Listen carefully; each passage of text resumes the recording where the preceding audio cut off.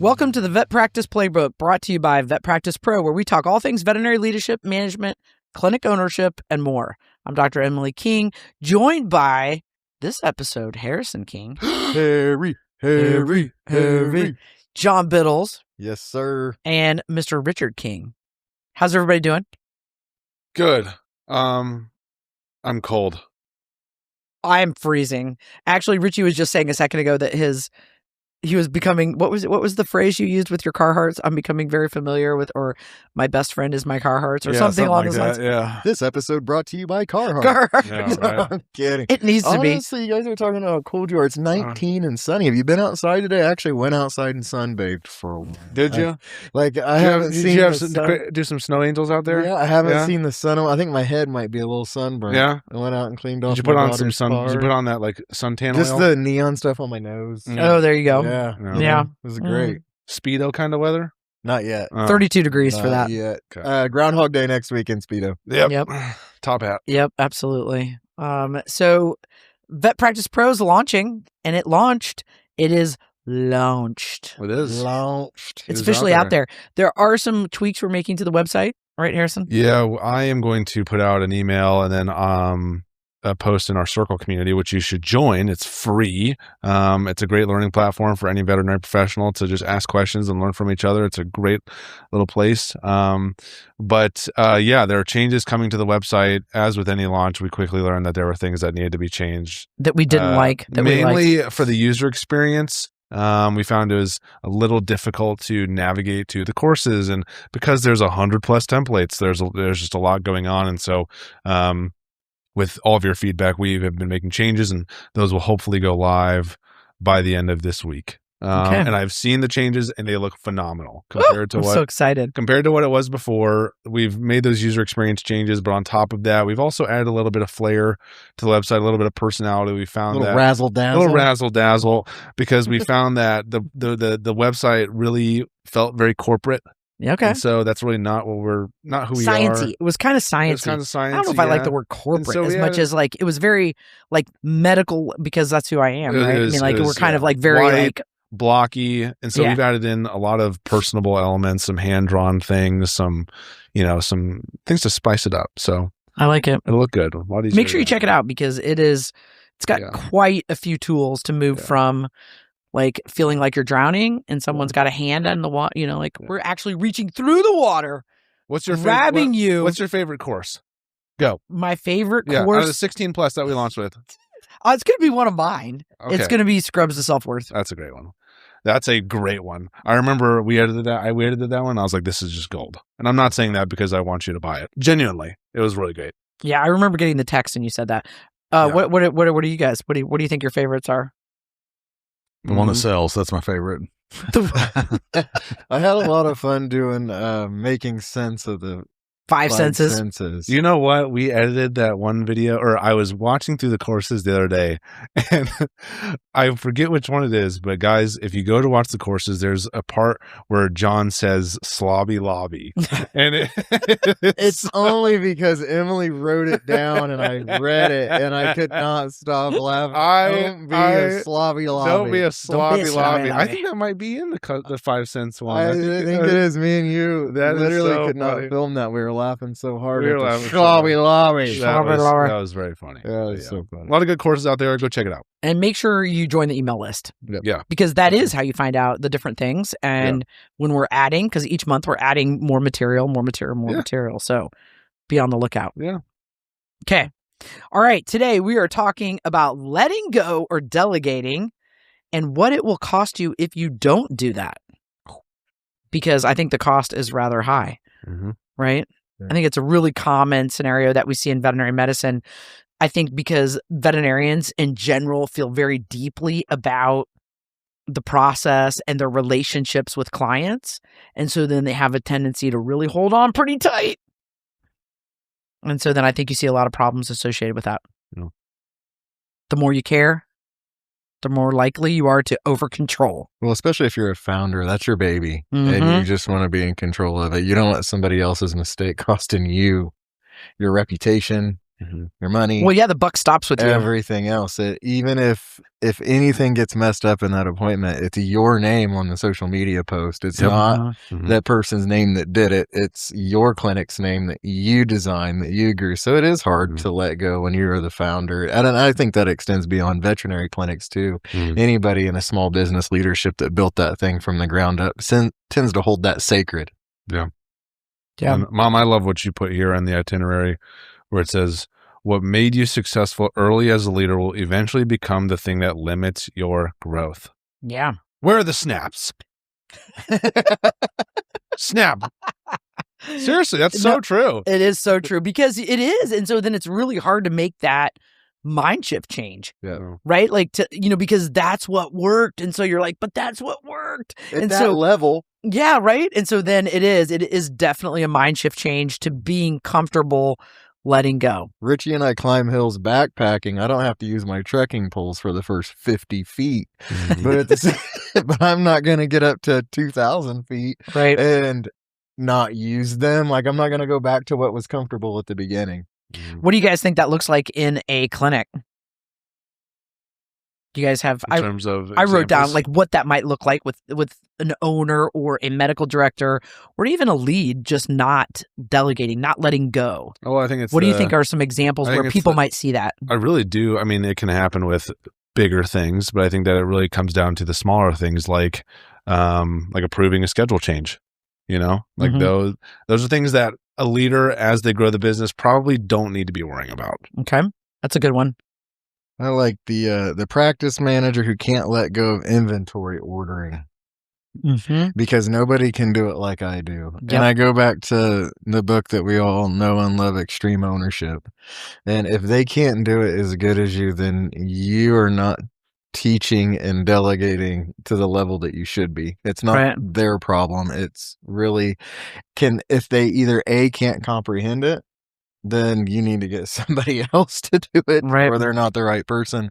But it really goes back to your teaching and setting it clear expectations. Yeah. I think, Richie, one of the places that I remember seeing it with like financial perspectives would be like ordering. You know, like you were really good about giving people a budget and saying, okay, as long as it's less than $500, I don't need your approval. I'm going to trust that you know what you're ordering, why you're ordering it, and that it's in the best interest of the clinic, and that we're going to, versus being like, I have to approve every single order. Yeah. Do you remember that? I don't remember that, but in retrospect, I think that what people need to think about is how do you become the CEO of your organization as quickly as possible. Any CEO is over the CFO, the CMO, all those people, the CIO, all those people, but they're not actually doing it. They're not actually in the trenches doing it. And I think that in retrospect, if I could have done anything differently, I would have outsourced even a lot of the things that I did. I would have outsourced all of it, because then I'm guiding the team and the path instead of taking point on the path. And I think that's where people fall in it. I mean, and I would advise everybody to do this just as soon as you possibly can. Because and also look at it inwardly and say, what do you really want to do given your skill set? If you really want to be a practicing veterinarian, just be a practicing veterinarian, even if you own it. But then you outsource all that out to your PM, your office manager, you partner with your attorney and your accountant. I mean, and then you look at KPIs every month, every quarter, but you're not driving it day to day necessarily. And I think if you want to do that, and I think that's where people make a mistake, is that you don't have to be that big organizationally or at all, business wise, to be able to make that transition. And I think that's where people fall into the biggest, they have the biggest challenges, because they still try and do everything all the time. And I can tell you from personal experience, you don't have to be that big for that to be a challenge and a stumbling block for you. So to the extent you can position yourself to do that, and I would say, even as owners, if you don't want to be a practicing veterinarian, then transition just as quickly as you possibly can to that CEO role, that leadership role. So you're not making the day-to-day decisions necessarily. You're defaulting to the systems that you developed. Sure. I think you hit on something absolutely great there that I just want to highlight is when you talked about the $500 limit. I trust you that you are going to make the best decision for what you need, what products you need to be successful. This is a perfect step in people that have trouble letting go to letting go. You set the guardrails, but yet you get them in, you give your team independence to function within. And if they can be faithful with little, you would be willing to expand the guardrails, give them more. We start at 500. If you can do this and you can communicate well, should you have to exceed it or whatever needs may come up, hey, maybe we'll work to increasing this to 1,000. You're showing trust to your employees, but yet you still get to keep close your budget, that you keep close. I just think that's a huge thing that I wanted to highlight. And also, if your KPIs are coming in line, then it doesn't matter. I mean, then you're fine. I mean, if your budgets, if your numbers are coming where they need to be, then those guardrails are where they're probably supposed to be, and the people are showing a competence level to be able to hit those KPIs. Yeah, absolutely. And it's so much easier to manage a KPI than it is to manage the day-to-day operational tasks. Absolutely. John Maxwell says that the rule of delegation is that if somebody can do something 80% as well as you, then it should be delegated. So that was always something that as medical director or as the person in the clinic making those decisions, that's kind of an easy rule to follow, as far as wrapping your brain around, should I hand this off or not? I think another thing people struggle with when they are handing off tasks is that they feel like they no longer are going to have a job. Like, so if I'm handing task, then what is my job? And so that is, a whole different podcast that we'll talk about. But I remember Kayla, who's not here this morning, for this particular podcast, saying to me, wow, like if I'm giving away all my tasks, then what is it that I'm supposed to do? And it's like more because more gets handed down to you, like you continue to grow those skill sets. So nothing, just sit back and relax. Just sit back and relax. That's right. Honestly, though, if you're doing a great, that's okay. Yeah, if you're doing a great job of leading and delegating and you have oversight, and I really do wish Kayla was here to speak to this, in her role right now, she's grown leaders and she's really got it to where she answers questions, she eliminates barriers, she looks at oversights. If they have problems, she addresses it, but she's really hands off and hands out and runs a successful group of people, and it can be done. You just have to be willing to let go and finding things like Richie said earlier that'll grow you and letting go and also grow up the people below you to take responsibility. And there's a lot of veterinary clinic owners out there that have nothing to do with the day-to-day tasks, set that goes on every day. I mean, a lot of people own the clinic, but they basically got a CEO that runs everything. And they don't, and to the extent, I would imagine that they don't really, they care, but they don't really care how the results are reached so long as they're reached. So I think that it's very possible to work yourself into that role. Now, Mom, I do have a question for you. I don't know if this is said. I didn't see it here when I was looking through the rest of the itinerary, but what would you say to a leader in a veterinary clinic that does get over the hurdle of delegation and they finally delegate to a tech or something, or a tech lead or something, and that tech makes a mistake? I've been in this situation. It's very easy to say, you know what, never mind, I'm going to take it back. What would you say to that person? Define mistake. Well, they left all the doors unlocked in the clinic and robbers came in. Snaps for robbers. Snaps for robbers. They took all the money. They took all the money. They took all the inventory. Okay, no heartworm for you. Here's the thing, like thinking that they're not going to make a mistake is your first mistake. So mistakes are going to be made. That's your first rule of thumb. You have to understand that there are going to be mistakes. I think the second thing is you have to operate with questions. So like typically, you need to understand why they made the decision they made, because there may be something that you're not aware of that drove the decision. If the decisions are based around the core values, then hardly ever did I find a decision that was truly wrong. It may have been a different decision than I would have personally made, but that didn't make it wrong. Then if they made a decision that was different than what maybe I would have made, then I would say, hey, next time we're in this situation, these are the things that I would also like you to consider when making such a decision. And so then I would work my way through the conversation that way, so that, I was reminded when we were talking earlier, trust is given, mistrust is earned. So you're extending trust, right? We talked about, like, we're saying, hey, we believe in you. And to think that they're going to be perfect right out of the bat is the misconception. People are not going to be perfect right out the bat.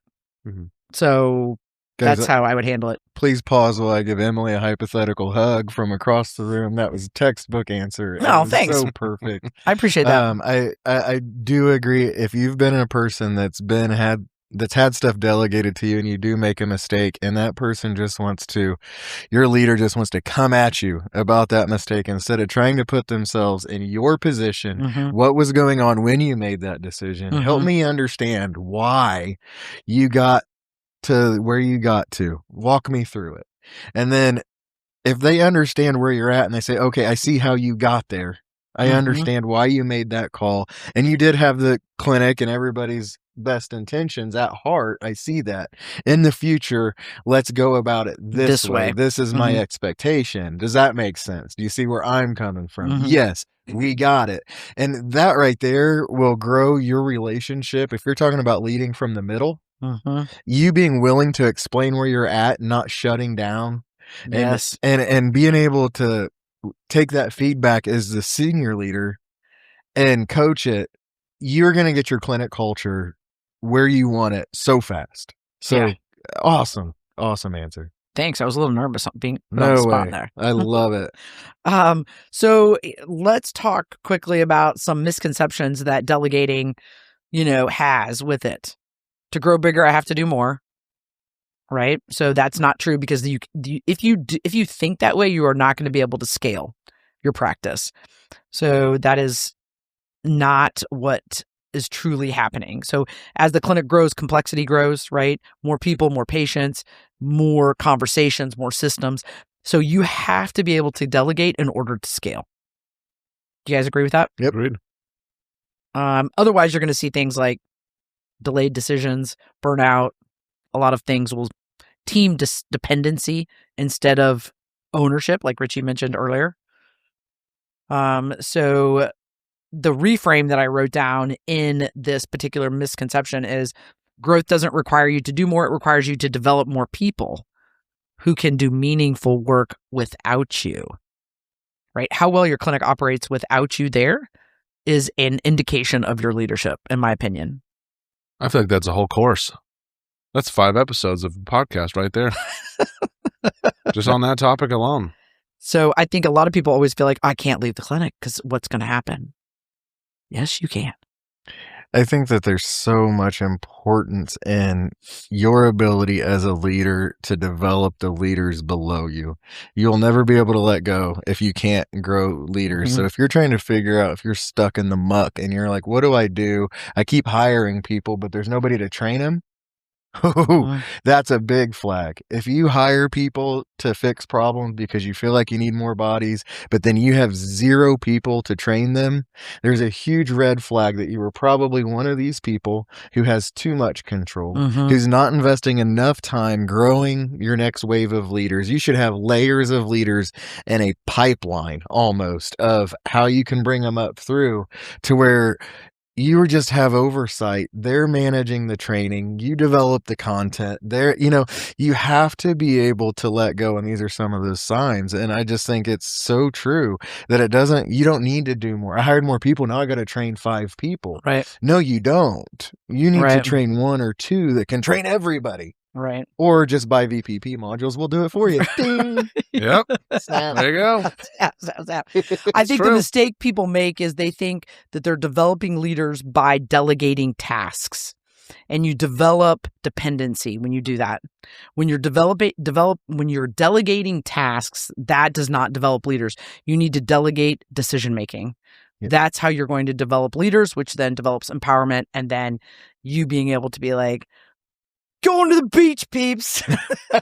Yeah, you're a task delegator based on the length of the line out your door.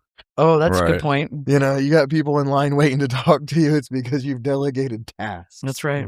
Quick pause to tell you that VetPractice Pro is officially live, and it's designed for veterinary professionals and practices who want practical tools, not fluff. Right now, there are 15 on-demand courses covering leadership, human resources, and customer service, and more, plus over 40 downloadables and 10 ready-to-use SOPs. And the best part, we're adding new courses and SOPs every single month. So it keeps growing right alongside you and your team. If you're looking for education you can actually put into action for yourself or your practice, visit vetpracticepro.com.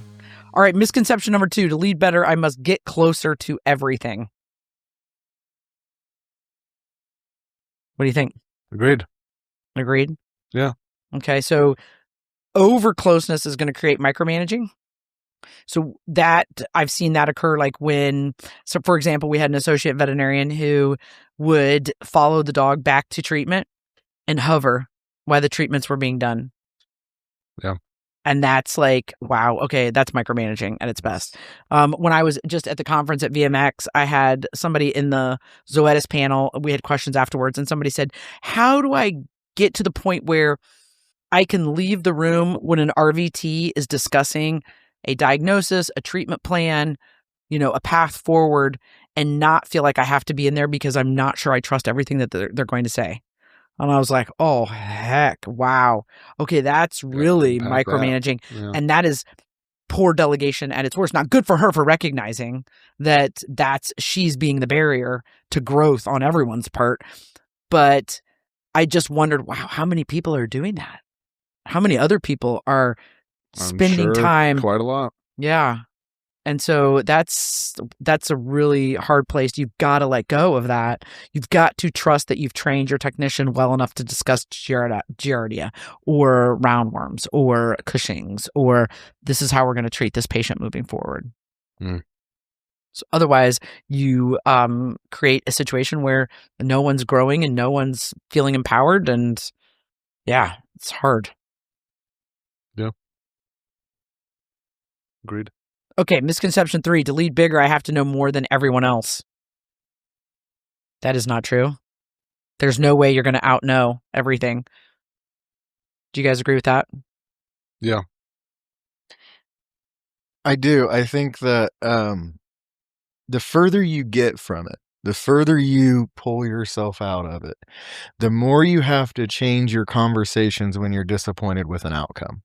If something doesn't happen and you are further away, that is a great point. You point. need to seek to understand that system and what may have changed in it since the last time you were in it, and really understand the system itself, not just the decisions made within it. Yes. Because you can make a complete fool of yourself. Yeah, it's called swooping and pooping. Yeah, swooping and pooping. That's Done great. it. Been there. But, that you just come in and you rip somebody's leadership apart without understanding the system and all the variables that went into their decision. And then you've completely undercut their confidence to make any future decisions. Yep.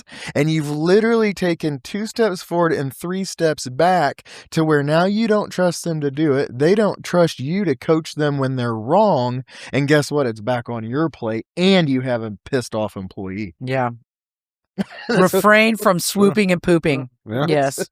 It is. It is really, that's so interesting you bring that up, because you have to be so intentional to not do that.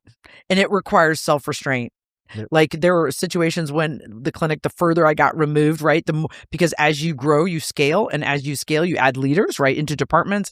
You no longer are leading the employees under those leaders. Now you have those leaders making decisions, and you're like, "What? Why are we doing it that way?" And then you panic. Yep.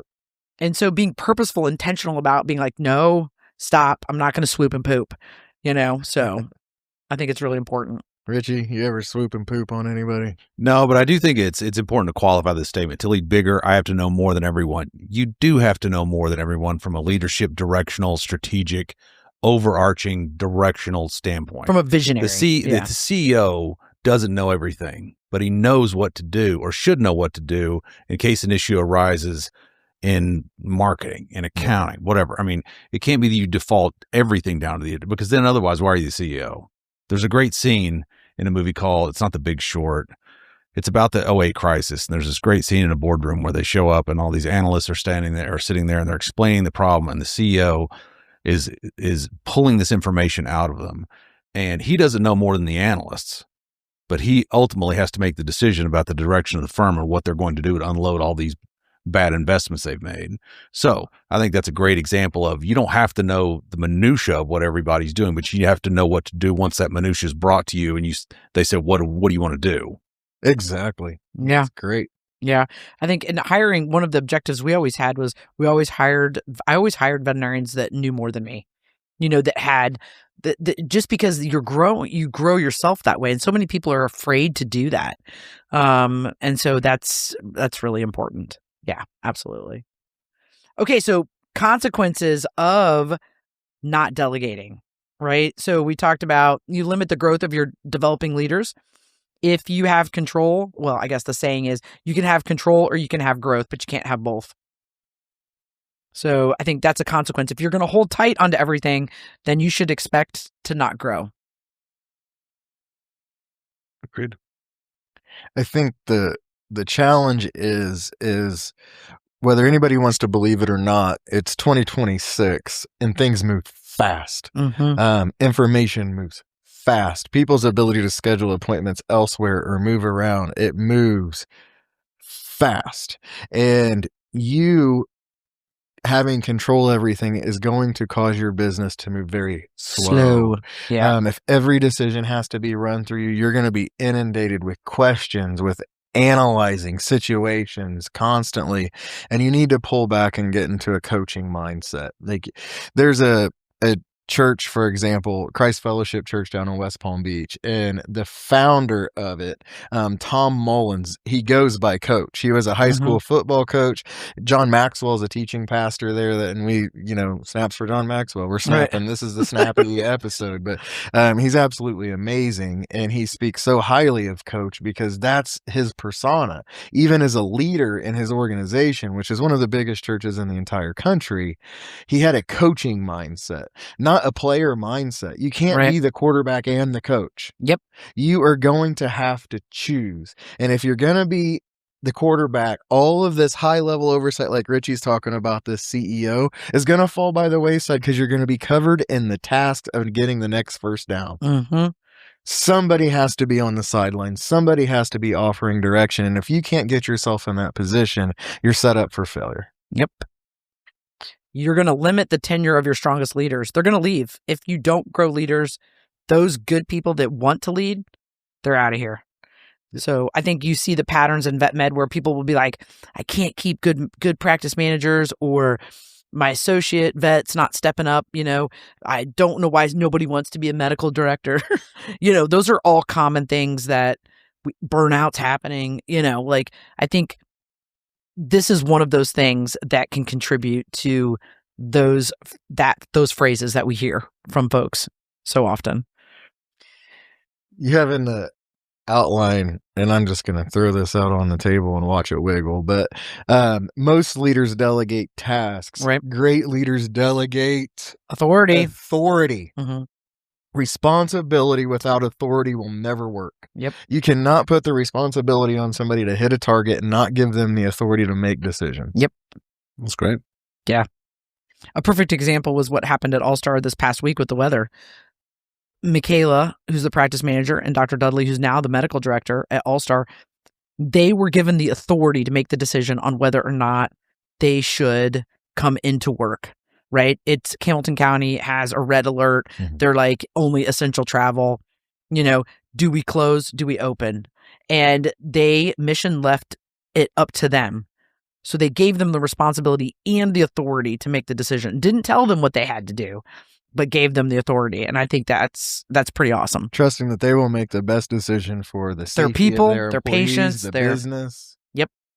And that's how you keep people like that in those positions. That's great. So, all right. What else do we have in here? We've got, so we talked about limiting the tenure. Consequence 3, you can limit the impact of your mission. You become the ceiling. How often have we talked about that? Becoming the ceiling of your organization. All the time. That is, that's, I don't think people realize that often enough.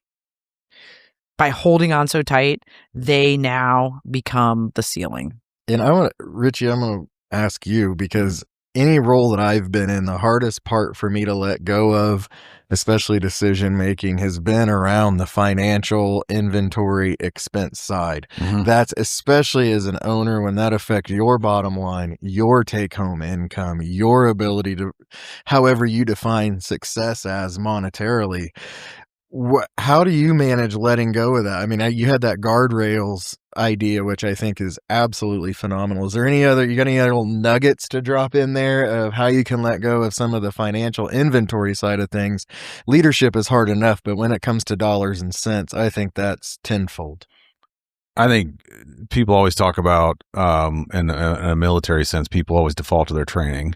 I think a similar analogy would be if you always default to your systems. Mm-hmm. If you default to your systems and the kind of the paradigms and the logic that kind of underpin those systems, then it's not that difficult, especially like with inventory. If you're following a strict ABC model, and you're monitoring that KPI monthly, it's very difficult. It's impossible to do it weekly, but, monthly, and you can start to spot trends. 3 data points make a trend. So if you start to watch that and see, then you tweak your system. And once you have that system dialed in, I think it's not difficult to keep it going, to stay within that range. And labor is another one where DVM labor is never really a big deal, but non-DVM labor was always a challenge. And that's more of a systems problem, and we never perfected that. But there is a formula there to be had from a non-DVM per DVM hour ratio standpoint. And if you stick to that, then I think that you can get that dialed in and keep it dialed in. There's some things though, and I'll say this, I mean, there's some things, I know that we ran into this somewhat with inventory management, is that if you say your goal is 20%, you're at 21.2. I mean, you can kill yourself getting to 20. So recognizing that law of diminishing return principle and figuring out, okay, this is fine. I'd rather focus on growing revenue to get that number in line, or just be okay with that number and then figure out another way to get our EBITDA number where it needs to be. I think that I had a bunch of people tell me that when I would go to them for consults, and they would look at our numbers and they would say, you can keep shooting for 20, but 21.2 is good. So, I mean, keep your system in place, focus on that, but focus on growing the top line. Spend that effort that you would otherwise have spent trying to gain that 1.2 percentage point to something else that grows the aggregate. I believe strenuously in expense management, not at the expense of revenue growth. Okay, understood. Okay. I think that a lot of people, viewers, listeners alike, are going to be like, okay, what about the systems? How do I get the systems to follow? How do I develop that? And VPP 1.0, 2.0, 3.0, masterminds, consults, we're willing to help you. But also you need to figure out what's sacred. What are your guardrails, and build your systems around it. And like Richie said, stick to it. I think that's absolutely great. Work smarter, not harder. Yeah. I think, do we have a template around that? About I think what? We do. Around what? Guardrails? For Hold leading on. up? It's about leading up, I believe. Oh, it is? Okay. Sorry. I knew applies. I mean, yeah. All right. The Roundtable Replay listener question. I have trouble trusting, and we talked a little bit about this, so I wanted to go back to it just to give somebody some concrete ideas on what they can do. If you're this veterinarian, for example, I have trouble trusting my support staff to call owners with lab results like fecals, heartworm tests, and whatnot. I understand delegating, but I can't get myself to do it. How do I change this? So let's just give them an actual framework, like action points that they can then start to implement, say, tomorrow. All right, if somebody feels this way. John, revisit kind of what you were talking about in terms of how they do that. How do they get themselves to not walk in the exam room, or to not make the phone call themselves with the lab results, and do something more productive with their time? Yeah, what are the steps? I really think that the biggest thing that you need to tackle in this is the part where it says, how do I trust? And that lack of trust with the person in the room. And you need to address that or address that issue. What has happened that you don't trust them? Is it just you feel like you can do it better? Have you not spent enough time training with them? Have you not put systems in for client education that establish the guardrails and there's minimum topics you want discussed? You really, really need to pull back, and rather than go in that room with that person, really start to define what your expectations are, and teach it and coach it. Build them up to where you can trust them. And then next thing you know, once that system's in place, your time that you used in the room or your time you spent developing the system, you can use that time for something else. Yeah, I mean, I would say the first thing to do is just pick one thing. Pick one thing you will delegate. I will let you call heartworm tests. And before you even make that decision, maybe the next thing you do is you figure out, okay, let's create a script for how you would discuss heartworm test results. And these are the things that I want to make sure are covered. I want to make sure that we give them all the results of the 40X. So we don't just say it's negative, but we say the tick screen, which includes anaplasmosis, ehrlichiosis, blah, blah, babesiosis, all is negative, and the heartworm test is negative. I want to make sure those things are included when you say heartworm test negative. Like that's how you need to establish the guardrails, right? And then you just pick that one thing and do it consistently over and over and over again. And then you pick another thing and you hammer away at that thing. Because I think that you don't want to just I don't think it's going to help you to give everything away, right? It's not going to help that doctor to just give everything and be like, all right, I'm just going to pull the Band-Aid off. I'm just going to do everything. Because you're going to find yourself looking back in the record, listening to a phone call, nitpicking. Like, you don't want to do that. And then I think also you have to remember that if you're setting up the guardrails, and it's these 5 things are covered when we call an owner. We use the owner's first name, or we use the owner's surname. We use the pet's name. We give the test result and completeness, and we do this. Then that's how you're measuring them moving forward. You're not going to add another thing in because you said it was these 5 things. You're not going to say, oh, well, and by the way, I want you to do this. Nope. If they did those 5 things, check it off. They're doing a great job for you. You're going to see them want to take on more responsibility as well, I think. Yeah. If you can do that over time. Create an SOP. Write an SOP. Exactly. Absolutely. And then I think that allows them to fail and to learn, and you to feel comfortable with starting to trust them. And you're all along this, and it can't go unsaid, all of this teaching and coaching and investment in your people that you want to lead underneath you, there's relationship building, there's one-liners, there's stories developing, there's laughing, there's joking. You're building a bond with that person, and with that comes trust, mutual trust. And if you can trust each other and know that, hey, you can have irritable moments together, like, hey, I'm frustrated with the way you make this decision, but it's okay, we're going to talk about it. That builds a relationship that only can and the people around you, the people below that person that you're building up, they see it. They see it, and they start to trust layers of leadership because they see that it's relationship based and not just paper SOP enforcement. And the real power comes when your clients now get that you trust the people that you're working with. So your technician and your assistant. So now they are an extension of you, which is so powerful and so valuable when you are doing a laceration repair in the back. Somebody's dropped off an animal that's vomiting, and you have to contact the owner to be able to get x-rays. And oh, by the way, now someone's bringing in a seizure dog. You cannot do all 3 things by yourself at once. You do need to be able to, and your client now can trust that when your technician calls and says, hey, Dr. King has examined Fluffy, her next steps are to take an x-ray. And that owner is basically talking to the doctor, is how they view it. And then it's so powerful because it allows you to get so many more things done and help so many more patients. So I think that's also a secondary effect of that type of training. And I would say when delegating anything at all, always be able to tie back your ask to your core mission, vision, and values. The more that you tie everything back, the better they will become at making decisions around mission, vision, and values. And if you're a leader sitting down asking a question, why did you make this decision in this situation? And they say, I feel like it aligns with putting clients first. And that's what I chose to do. I understand it upset this person and up that and that, but when they speak that language and it starts to go clinic wide, like you said, your clients will notice. Clients will notice. Anybody have anything else you want to add, Richie? No. Harrison? That was great. Okay. All right. So today we've talked about delegating and the problems with not being willing to do so, and hopefully some strategies that you can change right away to change this mindset.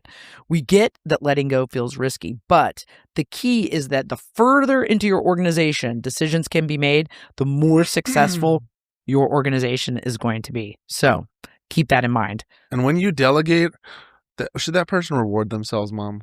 You should totally. Like positive reinforcement. Yeah, like slap yourself like on Pavlov's the back, dog thing or whatever it's called. Get yourself a Starbucks. Yeah. Snaps for delegation. Snap. Go grab Hershey Kisses out of the drawer. Every time you delegate, just pull out a Starburst. Just do it. Okay. Starburst. Yeah. Pull out a Starburst. And a tooth filling. You pull out a Starburst and a tooth filling. Yeah. Goodness. Okay, don't forget our free resources, including the free mini course. There's downloadables. The website's being reworked, so I think that they should be up by the time this episode comes out. But join the email list, join Circle. Is there anything else we're forgetting, Harrison, to mention as we close that out? No, not really. I Okay. think you're good. You covered it. All right. That's it for today's episode of the Vet Practice Playbook. We hope you got a few plays to use yourself or for your clinic. If you enjoyed this conversation, share it with others, leave us a review, and check out vetpracticepro.com for tools and courses that can take your clinic to the next level. Also, Groundhog Day's on Monday. Greatest day of the year. Get ready. We may be able There may be a road trip tune between into some men. Instagram, Facebook. There could be a live video from Gobbler's Knob, from Punxsutawney, with a couple of your VPP heroes. And not all heroes wear capes. Some wear top hats. Some wear top hats. I love it. All right. See you next week.